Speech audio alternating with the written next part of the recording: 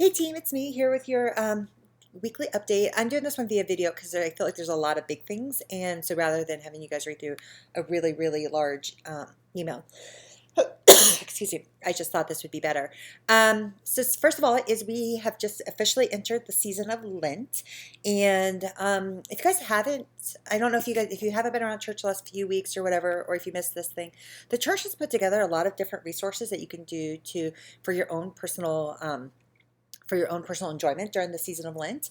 And so I would just encourage you guys to check them out. Check it, they're on the app. So you can look and see there's like 3 different pathways or so if you wish, or you could to choose. I would encourage you guys to check that out during the season of Lent. I don't know if any of you guys made it to the Ash Wednesday service last night. I mean, I guess I saw some of you there. It was really beautiful. Scott did a great job. Just talking a lot about what Lent is. And a lot of times what we do during the season is, if you grew up learning about Lent, a lot of times it's like, oh, what do you want to give up? What do you want to give up for the 40 days? But what I love is what we do here is we talk about a practice of engagement and a practice of disengagement. And so I just would encourage you guys to think about what would that look like? What would your practice of engagement for the next 40 days look like, and what would your practice of disengagement look like during the next couple of days or next 40 days? I was talking with my kids. We were sitting around, I think Tuesday night, right? Talking about like, hey, this practice is coming up. What do we want to do? What are you guys seeing? And for me, I mentioned it's like, man, like I noticed like one of my practices of like not picking up my phone or any electronics or anything until I've had my time with Jesus, like had fallen by the wayside. And so I was talking about like, man, like I might actually want to re-engage with that. And what's good is that actually kind of hits the engagement and disengagement, because it's like forcing me to disengage from my phone and from electronics, but then it's also forcing me to engage with Jesus in the morning. So I would love for you guys to think about that if you haven't thought about a Lent practice. So email me and let me know what are you guys thinking about in terms of what do you want to engage in, what do you want to disengage in during the season of Lent. All right. So now that you're thinking about that, here's kind of like the update thing. So the first thing is a policy reminder within KidVenture, and it's centered around the topic of food and candy and stuff like that. So the great thing is, as of right now, I'm not aware of a lot of allergies. So this isn't necessarily coming out of a place of fear, or like, oh, we have to worry about allergies. Although I always want us to be worried about that, because the reality is on any given Sunday, we could have a visitor come in where their child has an allergy.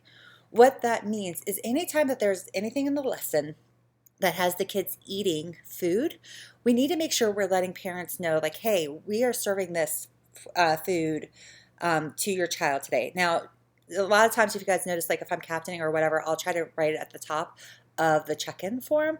But we used to, and I didn't get to make it up to the building because of the cold weather and my car wouldn't start.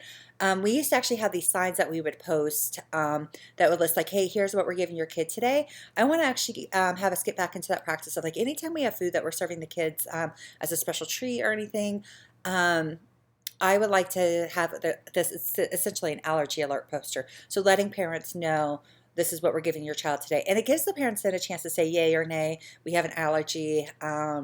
We don't want our kid eating that kind of food or something like that. With that being said, so that's like if within the lesson plan, if there's food or something like that, or if it's a special Sunday and we have like we have cookies or something like that, that's fine. With that being said, I know then we sometimes like to get, oh, excuse me. Let me take a sip of water real quick. We sometimes like to give out candy or something like that as a treat or a prize at the end of a morning. And by the way, again, I am not opposed to that. I am all for, I love spoiling our kids on Sundays. I really do. With that being said, is we always want to give parents the option of saying yay or nay to whether or not they will let their kid have candy that early in the morning. Chances are most families will say yes, but not all of them will. And so whenever you want to give kids a piece of candy as a prize, that is something that you need to give to them on their way out the door. So that way parents can have a chance to say, yes, you can have it now, let's save it later. So whatever the parent, it's really the parent's choice in this matter. And so I just want you guys to be thinking about that. And I'm not saying I'm seeing anything wrong happening. I just want to remind us that if we want to hand out candy as a prize, to be handing it to kids as they walk out the door. If you're looking around, you're like, hey, all we have is candy. I would love to have something other than candy to hand out to the kids as a prize or something like that. Feel free to let me know and let me know and follow that up with this is what I would like to have. Let me know. So like I know like next month our theme is like changing gears and they use robots a lot. So I actually bought these really cute bendable fidget robots that we can hand out as prizes throughout the month to our kiddos and stuff like that. So again, so just a reminder, if you're handing out food, if there's any sort of food within the lesson plan or something like that the kids are going to be eating, make sure you're using the allergy alert posters that you can just fill out real quick. Here's what we're having, and attach it to, like, I actually like putting it on top of the sign-in because then it forces parents, they have to look at it before they move it to the side. Or you can post it on the door. Just make sure you're drawing parents' attention to it to let them know that this is what we're doing. And double checking allergy information on the kid's name tag, because if the kids do have an allergy, it'll be listed there. And then if we just start giving candy out for like a prize or whatever outside of like the normal lesson thing, that you're handing it out to kids as they're walking out the door, and giving parents the option of saying and letting them know when the kids can eat that piece of candy. So if you have any questions about that, feel free to let me know. Grab me on a Sunday and ask me like to clarify or something like that. The second thing is, okay, so again, we're in a busy season. A lot is happening. So the first thing is, believe it or not, I guess we're about 6 weeks out from Easter. So that means in 5 weeks we have Palm Sunday. And for those of you who have been a part of our church for a while or part of Kidventure, we normally do a Palm Sunday choir, very similar to what we did back in Christmas. So now we're doing a Palm Sunday. So this Sunday, February 26th, 25th, whatever that date is, we're going to start practicing for the choir. And we have 2 songs we're singing. It's Promises and Hosanna, Praise is Rising. I put all the details we need to know about the choir in a separate video. So for the classes, so this will be Epic, Elementary, and Preschool. These 3 classes, I'm going to send out the separate videos about what that's going to look like, the motions and stuff like that, so that we can start this Sunday. So just a reminder though, even though as you look at the curriculum and you see things different on the slides, or like if you see different videos on the slide for worship or whatever, just a reminder, you have to actually pick a different, like you're going to have to actually choose, like pick the choir songs and then pick another song. So if you have a question about how do we introduce the song, how do we lead it, that's fine. I really did minimal motions this time for the song. So like Hosanna, Praise is Rising, the kids are just going to be waving palm branches, and then Promises, it's really only like the chorus that has motions to it. So, but I need you guys to pay attention to that, and especially if you're serving on Palm Sunday, because you're going to have to help me lead the kids in the motion. So because if we set up like we did before, we have 3 sections, and so we need several leaders to help with that. So the Palm Sunday choir, so start the new songs. I'll make sure everything's in, the Google Drive and on Slider and all the stuff like that you guys need to be able to teach the kids the songs and the lyrics printed, so that we can start teaching that. And I'll have flyers too made up for parents to hand out to parents so they can start having the kids listening to them. The great thing is Promises, the kids should, like, that's a familiar song on the radio. I know we've sung around church. Like I know I was playing it for Abigail this week and she's already singing along with it. So it's obviously something, I know we've had it in our rotation before. So it shouldn't take them too long to catch up with that. And again, like I said, Hosanna, Praise is Rising is a song that we did last year for the Palm Sunday choir. All right, so the next thing I wanted to talk to you guys about is, I think I don't know if I've shared this with you guys or not. I know I've shared some of this with some of you guys, but we're in the middle of a big remodel within Life of Kidventure. That's why like that one room we had closed off, because we tore down the wall, fixing the lights, we're going to replacing the door and stuff like that. But now the next step is we're actually going to be working on paint and carpeting.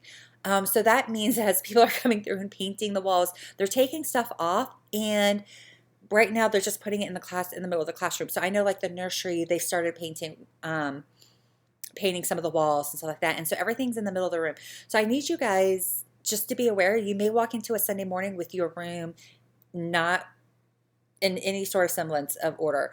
And so I just need you guys to like pay attention. Like I'll try to let you guys know, like if you need to arrive ahead of time to put things back into order, back into place. But just be aware that may be happening. So I'll, like I said, I'll try to let you guys know as we need to in regards to certain things. But like I know like the nursery, they started painting this week, and so everything got taken off the walls and put in the middle of the classroom. So if we have a nursery this Sunday, we'll need to make sure we put all the pieces back into the room as they are supposed to go. So just some grace as we move things around. I know I haven't heard any grumbling or complaining, and this is actually really exciting. So I'm just letting you guys know kind of where we're at in the next step of that. With that being said, just a reminder, on Thursday, March 9th, starting at 6 p.m., we have our KidVenture kickoff for the year. So this is where I'm going to share just some broader vision. We're going to get to hear from Corey. We're just going to be talking about some like bigger things within KidVenture, and I actually have a really big reveal. Some things were like a big change within KidVenture that I don't think I've really shared with too many of you guys. So I don't want you guys to miss out. This is one of the few trainings where I actually say this is kind of mandatory, that like if you're not in town or something, that's one thing, and I need to know so we can schedule a time so I can share with you what you're going to miss. But I really would love for you guys to make this a priority. This is one of the very few times where we actually all get together as a team. And so it's just a great time to connect with other people within KidVenture. I will have dinner available for all of us, and I will also have childcare. So if you need to bring your kids, but I do need you guys to sign up so I know how much food and how much childcare and stuff like that to have available. So, and doing stuff last minute makes it really hard because we normally have to place orders like days in advance. So I would appreciate if you guys could just, if you guys could just sign up. I'll have a link in the email attached to this video. So that's it for right now.